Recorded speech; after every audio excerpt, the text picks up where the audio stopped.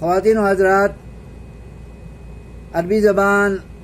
کو سمجھنے کے حوالے سے کچھ اصطلاحات کا میں ذکر کر رہا تھا سرسری طور پر، تو ان اصطلاحات میں کچھ الفاظ وہ ہوتے ہیں جو مجمل کہلاتے ہیں، اور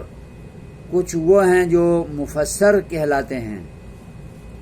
تو مجمل اور مفسر کو بھی سمجھنا ضروری ہے۔ مجمل عام الفاظ کی طرح ہی الفاظ ہوتے ہیں جن کا معنی عموم پر دلالت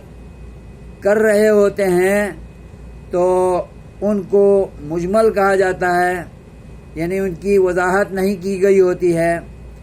کسی خاص پہلو پر اس کی دلالت نہیں ہو رہی ہوتی ہے تو اس کو مجمل کہتے ہیں۔ اور اس کے مقابلے میں مفسر ہے، یعنی اس مجمل کی اس کے اندر موجود اجمال کو، عموم کو اگر واضح کیا گیا ہے، تخصیص کی گئی ہے یا اس کی وضاحت کی گئی ہے، اس میں جو شبہ اور شک پایا جاتا تھا معنوی دلالت کے حوالے سے، تو اس کو جس لفظ کے ذریعے واضح کیا گیا ہو تو اس کو مفسر کہا جاتا ہے۔ تو